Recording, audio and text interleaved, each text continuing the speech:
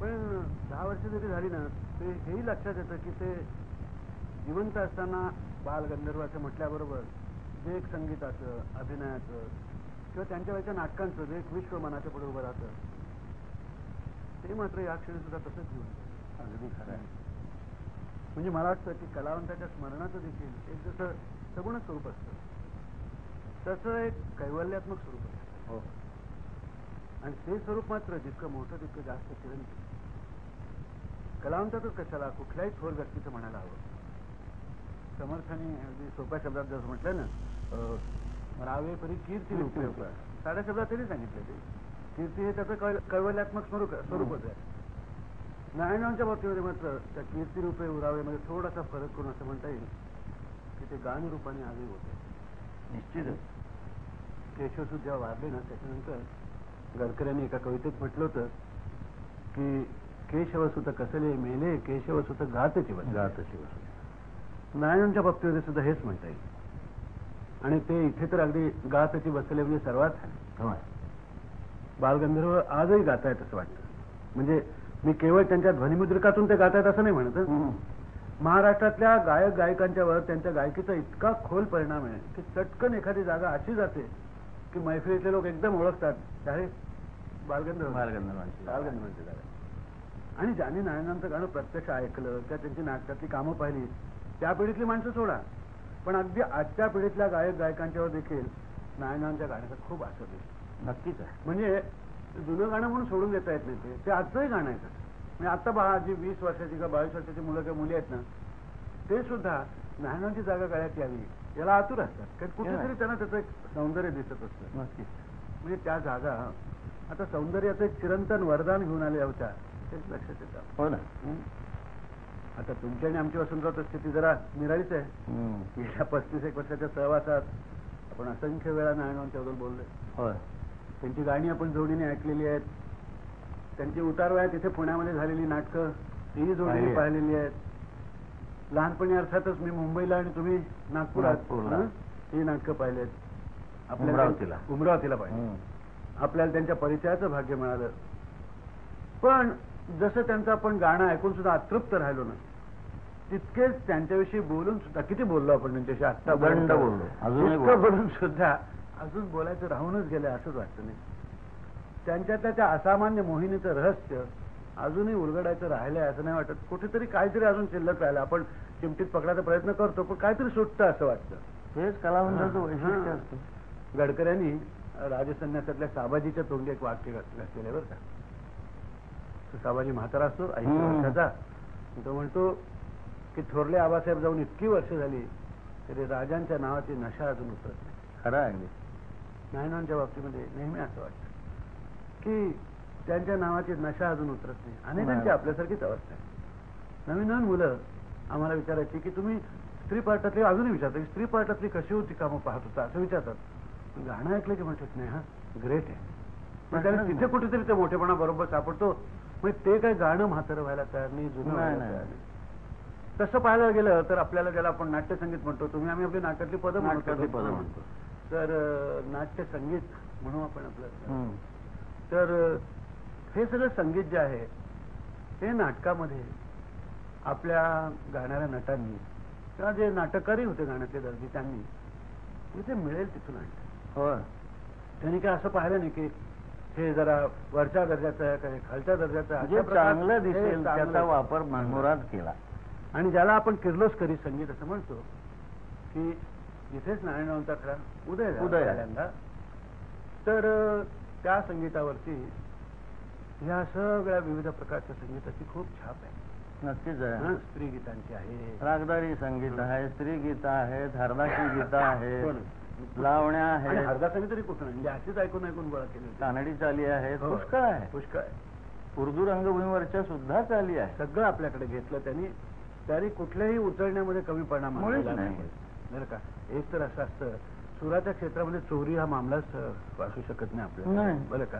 हे चांगलं दिसलं तर घ्यायचं तो हक्कच आहे. हक्क आहे.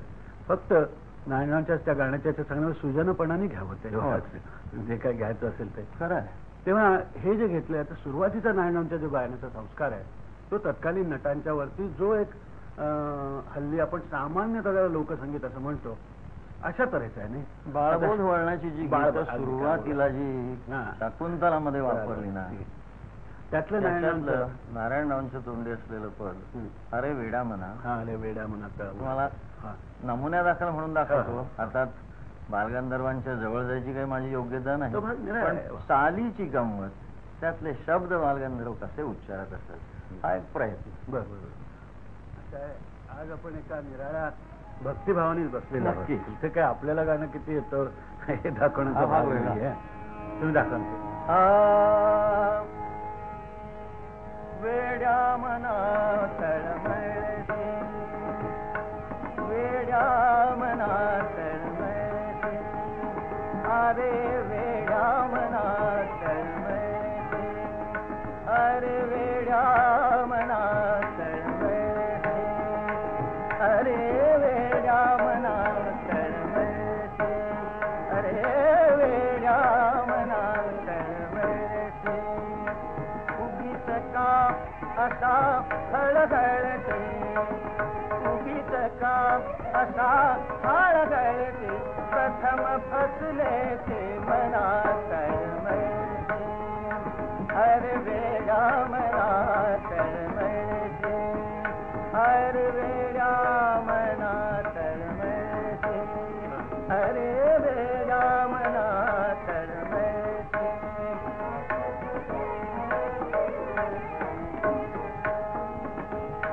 लता मंडपा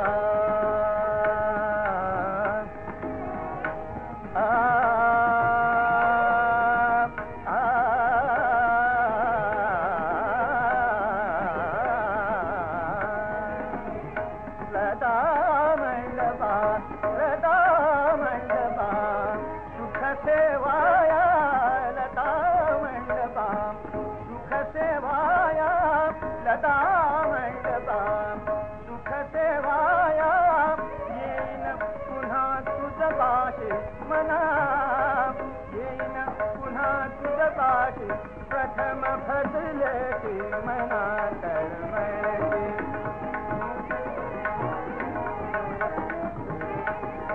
अरे वेड्या मना तळमळते, अरे वेड्या मना तळमळते, अरे वेड्या मना तळमळते.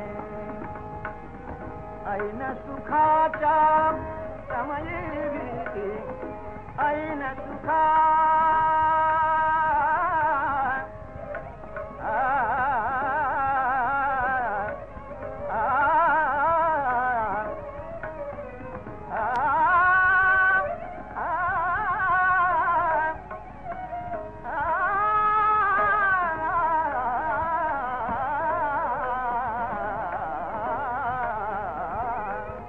ऐन सुखाच्या समयी, ऐन सुखाच्या समयी, धरून कसे बसलेची मना, धरून कसे बसलेची भीती, धरून कसे बसलेची, प्रथम बसलेची मना तळमळते, अरे वेड्या मना, अरे वेड्या मना, अरे वेड्या मना तळमळते.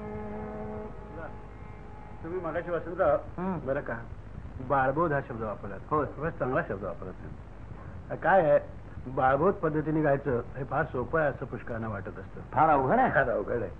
सोपं लिहिणं हे सुद्धा अवघड आहे. तुम्हाला माहिती आहे हो. ना की इसापासारखी आणखी एक नवीन गोष्ट कोणीही लिहू शकलेला नाही नाही. आजपर्यंत. सगळ्यात सोपं लेखन. तेव्हा हे जे सोपं होतं ते तितकं सोपं नव्हतं तसं. कारण असं होतं की त्यांना ते सोपं आहे असं दाखवणं प्राप्त होतं, कारण ते नाटकात ते करत असत. हो. तुम्ही गवळी गायला बसल्यानंतर आपण मुश्किल जागा किती घेतो बरं का, हे याचं प्रदर्शन करावं लागतं. थोडंसं करतात. आम्ही पाहिलेलं आहे. आटापिटा वगैरे केल्यासारखा वगैरे, म्हणजे बाकीच्यांना वाटतं काय मुश्किल गावलं तर ती मुश्किल आहे असं निदान वाटतं. म्हणजे गळ्यातून निघाली नाही तर हातातून चालेल, वगैरे हो. अशी निघते ती.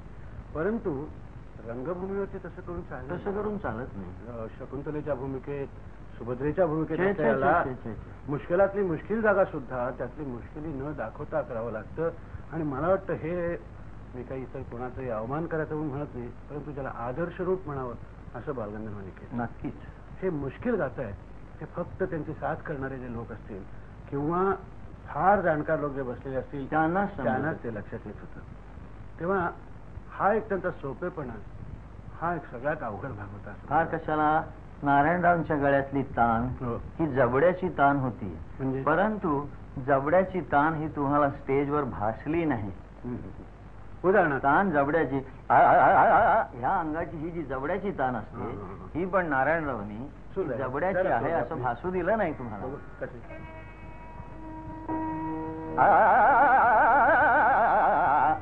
या अंगाने जबडा घेतला जातो, वास्तविक जबडाच होता, परंतु त्याने तो इतक्या हळवारपणे पेश केला की ही सहज गोष्ट नाही. आले हा आधी जोर जो घ्यावा लागतो हा जबड्याच्या ताण्यासाठीच घ्यावा लागतो. बरोबर. हा सहजता ही त्याने इतक्या सहजपणे करून दाखवली की तुम्हाला वाटलं अरे बापरे हे फार सोपं काहीतरी चाललंय. सहजता हा सुद्धा शब्द आहे ना तुमचा, हा सुद्धा जरासा पाहिला म्हणजे त्यातलं सगळं लक्षात येतं मर्म. सहज म्हणजे त्याच्या बरोबर जन्माला आलेलं अशा रीतीने ते होत होते. म्हणजे ते गाणं, तो अभिनय एकदम जन्माला एकदम फुललेला आहे असा त्याच्यामध्ये भाव लोकांच्या लक्षात येतच येतो. दुसरी गोष्ट अशी, मग अशी आपण म्हणालो की इकडून तिकडून खूप ठिकाणून आम्ही चाली घेतल्या मराठी रंगभूमीवरती आणि फार योग्य असा ठिकठिकाणी त्याचा उपयोगही केला. तर लोकसंगीतातल्या मराठी लोकसंगीताचं लावणी संगीत हे फार मोठं वैशिष्ट्य. आता लावण्यांच्या बाबतीमध्ये सुद्धा बघा, लावणी गाणे काही सोपं नाहीये, मुळीच नाही. कारण भास्करबाबांनी एकदा लावणी कशी गावी हे एका लावणी गायिकेला गाऊन दाखवलं होतं, तुम्हाला माहितीये. कारण ती वजनं कठीण आहेत, बरं टप्प्याचं अंग आहे ते सगळं, पण त्या सुरांना एक असोसिएशन होता, एक निराळ ह्याचं मिळालेलं आहे. तुम्हाला आठवतंय बलसागर तुम्ही वीर शिरोमणी हे जे गाणं आहे मूळ चाल लावणी एक्झॅक्टली, तू दाखवा जरा. बलसागर तुम्ही वीर शिरोमणी,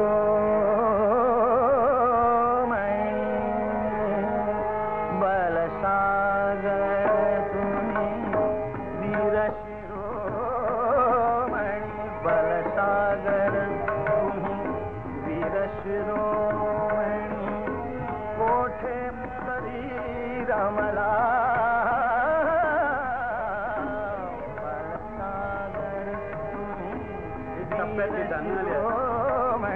टप्प्याच्याच जागा आहे.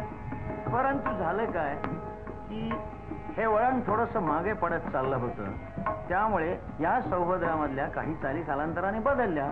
पण ही बलसागराची पूर्वी लाईन म्हणाली त्या दंगल, बलसागर तुम्ही वीर शिरोमणी, कोठे तरी रमला आश्वासन जिस दिले तिला, आश्वासन जिस दिले तिला, विसरून या गेला बलसागर तुम्ही. अशी मूळ चाल. बरोबर आहे. पण काय होतं, सुरांची सुद्धा लोकांच्या मनामध्ये काही काही संदर्भ असतात. आता सुभद्रेसारखी राजकन्या ही गाणार आणि लावणीच्या अंगाने गायला लागल्यानंतर सुभद्रेचं चित्र थोडस जास्त ग्रामीण ग्रामीण म्हणतो ना आपण, त्यामुळे ते आणखी भारत म्हणून ते राजकन्याचं स्वरूप यावं त्या गाण्याला, म्हणून पुढे ही चाल निराळी ऐकलं की मास्तरांनी ही चाल दिलेली आहे. आणि नानांनी काय सुंदर डिंपला सारख्या रागामध्ये वापरले. बलसागर बलसागर तुम्ही वीर शिरोमणी, बलसागर तुम्ही वीर शिरोमणी, बलसागर तुम्ही वीर शिरोमणी, कोठे तरी रमला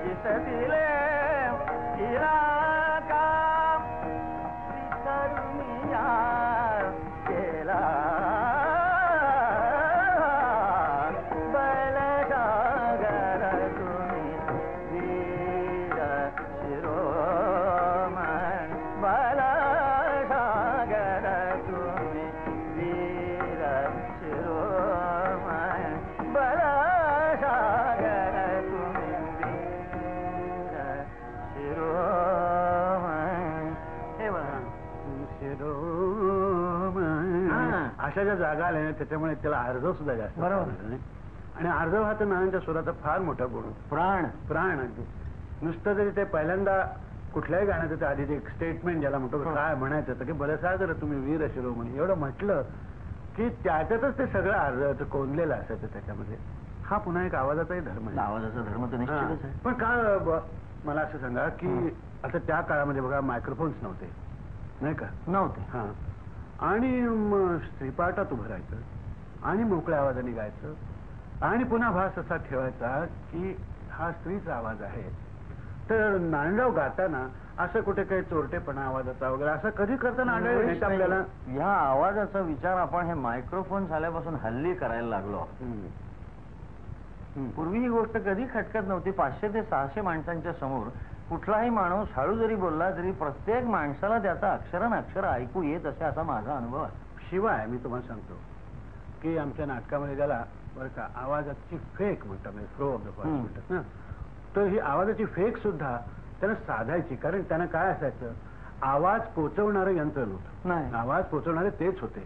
म्हणजे तेच पत्र लिहिणारे आणि तेच पोस्टमन. हो. अशा अवस्था आपण नेऊन दिलं पाहिजे तिथे. तिसरा कोणतरी पोचवतो असं नाही.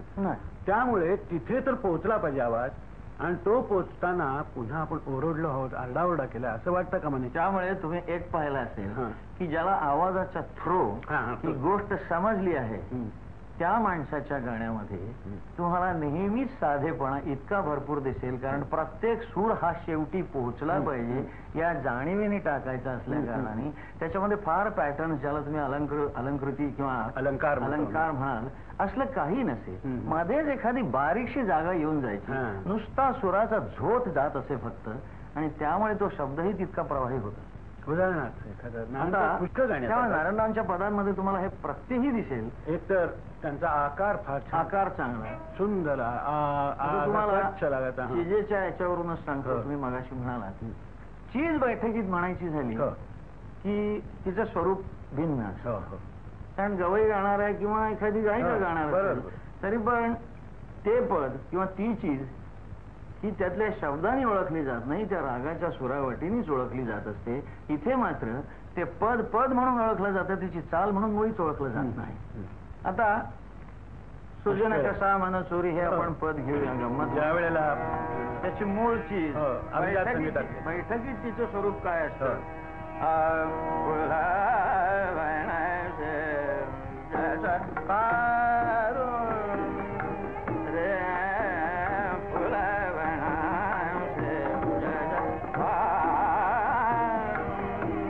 तुम्हाला तो भूप राग दाखवायचा असतो ना. आपण अगदी भूप असल्यासारख्या नाटकच गायला पाहिजे. आता बघा फुला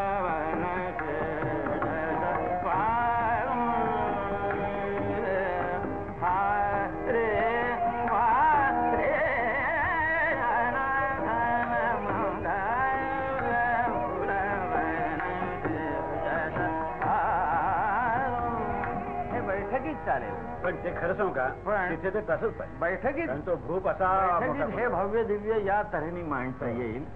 परंतु आता याच्यात सुद्धा लयीचे इतके सुंदर दर्जे आहेत ज्याला म्हणाल तुम्ही. पण एक मिनिट वसंतराव नारायणराव तर लयीचे बादशाह होते. नक्कीच होते. मला आठवत आहे थिरकवा साहेबांनी स्वतः एकदा रेडिओच्या मुलाखतीमध्ये त्यांना एकाने विचारलं की तुम्ही इतक्या लोकांची आयुष्यभर साथ केलीत कोणाची साथ करताना तुम्हाला सगळ्यात आनंद झाला अतिशय आनंद झाला आणि मोठे मोठे लोक बसलेले होते ऐकायला. तर ते म्हणाले माफ करा म्हणजे कोणाच्याबद्दल मला उणं बोलायचं नाहीये मी खूप लोकांच्या साथी केल्यात परंतु नारायणराव बालगंधर्वांच्या बरोबर साथ करताना जो लईचा आनंद मिळायचा तो मी म्हणणाऱ्या लोकांच्या बरोबर हे थिरकवा साहेबांनी कबूल करत असत की माझे हात कापायचे ही लय बरोबर जाते आहे की नाही. पण ही जी लय आहे ही लयकारीसाठी लयकारी नव्हती मुळीच नाही. ती तुमच्या गाण्यामध्ये आता ते फुलवणं ज्यावेळी भिनलेली असते त्यावेळी मग तुम्हाला तालाचा किंवा त्या लयीचा विचारही करायची गरज पडत. बरोबर. आता बघा हेच फुलवणं याच्याच ऐवजी असा मराठी अवतार नाही. अगोदर तुम्ही त्या फुलवण्याची जे खासावी लयकारी असते ना आपली फुलवण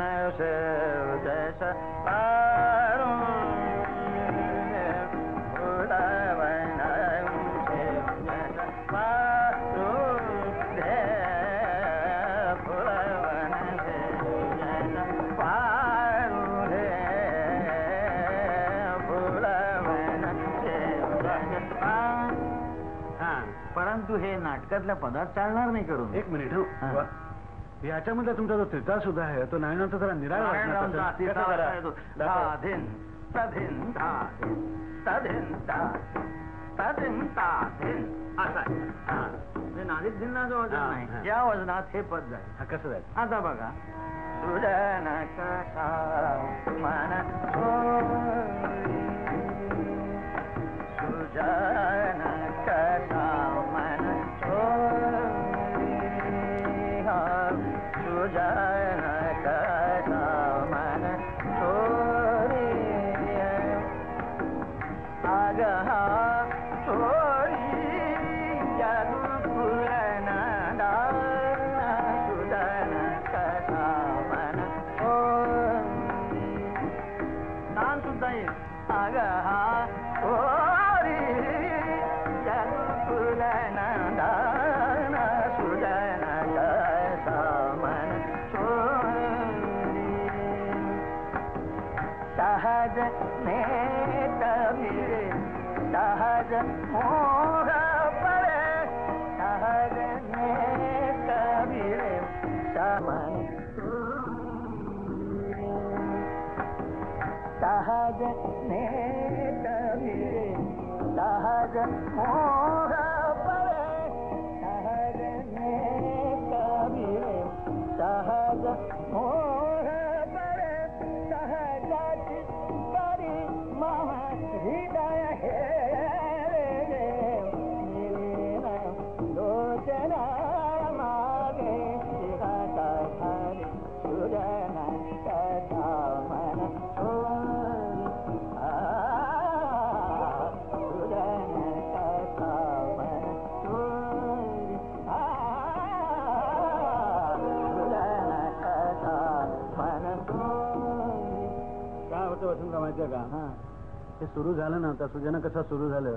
आपण या इथे जरी बसलेलो असलो तर एकदम असं मन जातं. मला आठवतं तर माझ्या डोळ्यापुढे, मी मुंबईचाच असल्यामुळे त्या काळात राहणारा, एकदम तो ऑपेरा हाऊस, तिथे ते दुपारची अजूनही त्या वेळ, विश्वात असा आणि चटकन निघून त्याच्यामध्ये ते सगळं सुरू झालेलं डोळ्यापुढे उभं राहतं. हो. पण एक सांगतो तुम्हाला, त्याचा आनंद इंग्रजीमध्ये त्याला नुसतं नॉस्टॅल्जिया म्हणतात ना, अशा प्रकारचं नाही, नाही. नाही. ते लहान पाळते संस्कार काही सुंदर होते म्हणून चांगलं वाटतं. लहानपणी एखादं खेडं आपण राहिलेलं चांगलं वाटतं. नाही. परत तिथे गेलं तितकं ते वाटेल असं नाही. नाही. पण नारायणरावांच्या ह्या सुराच्या गावाला किती वेळा तुम्ही जा, तितक्या वेळेला ते चांगलं चांगलं चांगलं वाटत असतं. नाही. बरं का?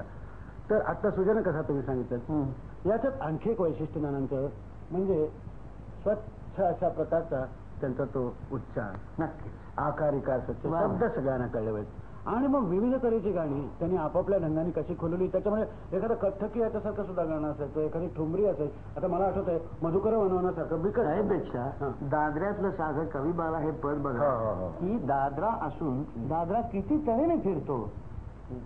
दाखवा. कवी बाला बाला कवी बाला, कवी बाला बाला, कवी बाला बाला, कवी बाला बाला, कवी बाला वरुनिया राजा भुवनिया कट झाला. कवी बाला बाला, कवी बाला बाला, कवी बाला, कवी बाला. गुलाव हिराव अहम हे हम, गुलाव हिराव अहम हे हम, मानिनी तन मनाला वरुनिया राजा भुवनिया कट झाला. कवी बाला बाला, कवी बाला. कचा जय बावे, कचा जय पार, कचा जय बावे, दे भजही गुरु मना, दे भजही गुरु मना. कचा जय बावे, आ आ आ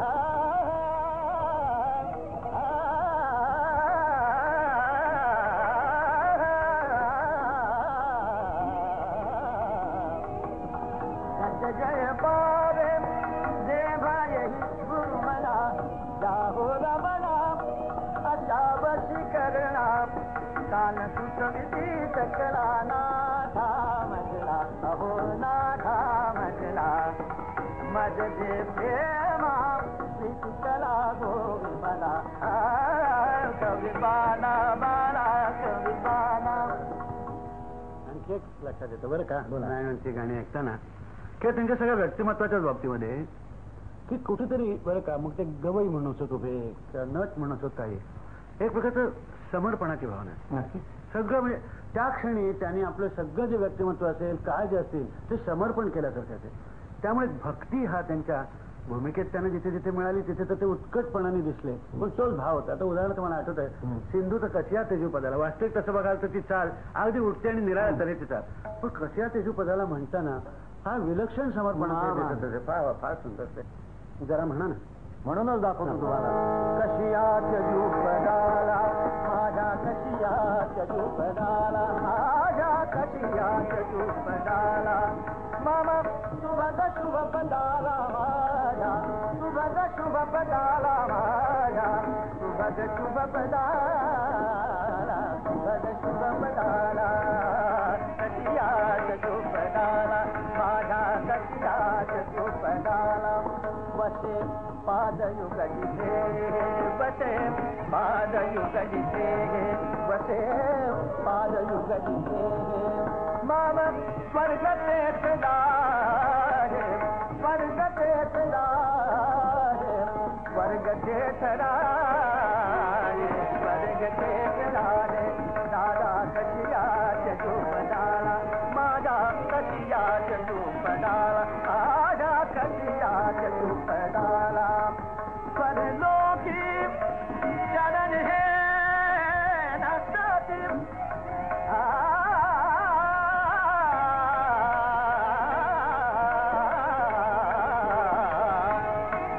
परलोकी चरण हे नसती करी मदत निरज बसती मदत निरज बसती मदत निरज बसती नरकजी गोरस कांता नरकजी गोरस कांता ओम स्वर्ग मला आता आता स्वर्ग मला आता आता स्वर्ग मला आता स्वर्ग मला आता कशिया तेजूपदाला माझा कशिया तेजूपदाला.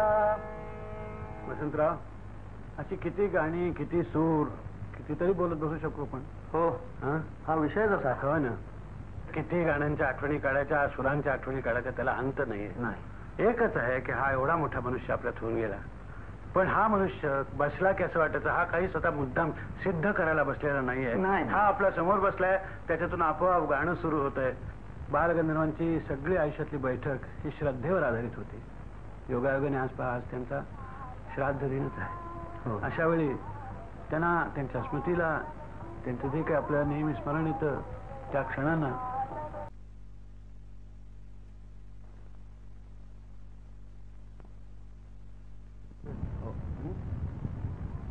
पण 10 वर्ष जरी झाली ना ते हेही लक्षात येतं की ते जिवंत असताना बालगंधर्वाचं म्हटल्याबरोबर जे एक संगीताचं अभिनयाचं किंवा त्यांच्या वेळच्या नाटकांचं जे एक विश्व मनाच्या पुढे उभं राहतं ते मात्र या क्षणी सुद्धा तसंच जिवंत.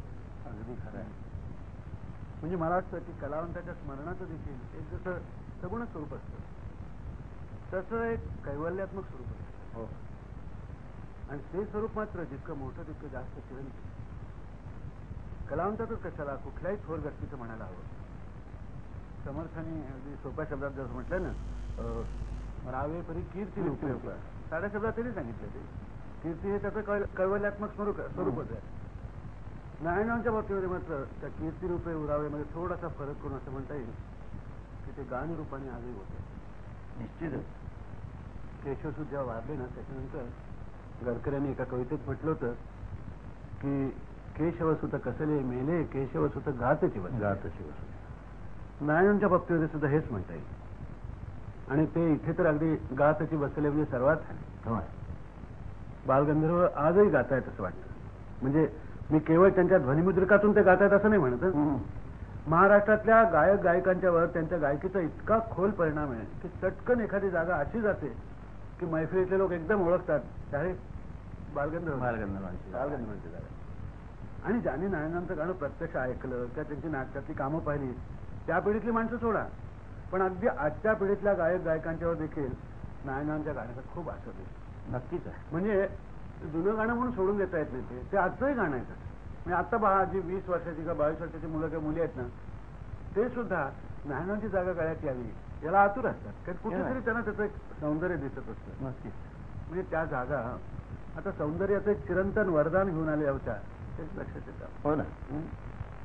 आता तुमची आणि आमची वसंतराव स्थिती जरा निराळीच आहे. गेल्या 35 वर्षाच्या सहवासात आपण असंख्य वेळा नारायणांच्याबद्दल बोललोय. होय. त्यांची गाणी आपण जोडीने ऐकलेली आहेत. त्यांची उतारवयात इथे पुण्यामध्ये झालेली नाटकं ही जोडीने पाहिलेली आहेत.